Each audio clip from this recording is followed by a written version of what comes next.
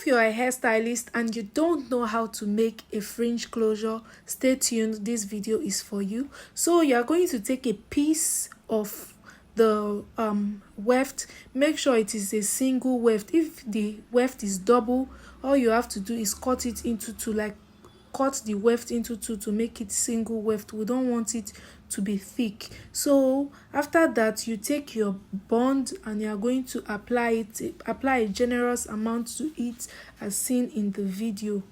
Then once done, you leave it aside for some time and you allow it to dry a bit. Just apply generously and allow it to dry for some time. So this is what your weft is going to look like once it is a bit dried.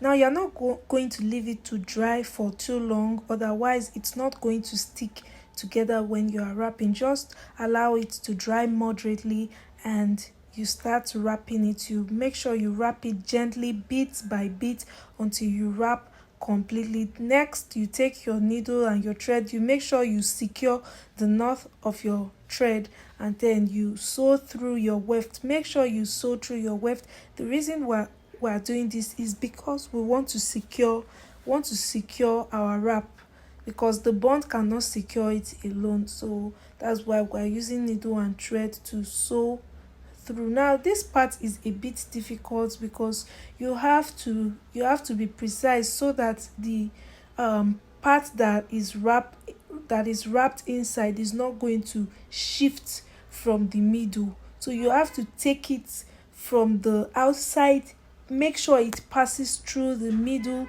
of your wrap to the outside. You are going to do it like that for some time until you find that your weft is well, or your wrap is well secure, and then you secure your knot. Now when I say you have to secure your knot, I mean you have to tie it very well to avoid it from losing. Like I tied mine like 3 times to make sure it is well secured. So you cut off the excess thread after securing your weft. Moving on, this is a very important part you cannot afford to miss. You take your hair straightener and you use it to press. Make sure you press the weft and make sure you flatten it very well. After doing that, you open it, you open the middle, look for the middle, open it, and then you place it in your straightener and you flatten it again. Now you have to be careful when doing this so you don't end up burning your hair, especially if it is not human hair, if it does not withstand heat. So you can lower your straightener if your hair does not withstand heat, or you can also apply your heat protectant on your human hair before doing this, because I'm using, I think, 210 Celsius here. That's the temperature I'm using because I want it to be well flattened. You have to make sure you have to press it, like you have to keep on pressing and pressing and pressing until your closure is flattened. It has to be flattened. So you can see how long it took me. I kept on pressing and pressing and pressing until I got what I wanted. So now this is what it looks like. You can see it is well flattened, and ta-da, this is our closure. So all you just have to do is sew this. Now before sewing your closure to your wig, you are going to take your bond and you are going to apply a generous amount of bond to the area where you are going to be placing your closure, just as you can see me doing in the video. So after this, you are going to place your closure in the center where you just added your glue. Before this, make sure you added a little bond to the base of your closure before doing it, and allow to dry before placing it in the center of your wig. Also, while placing the closure to the wig, make sure you press the closure down to make sure it sticks properly to the wig.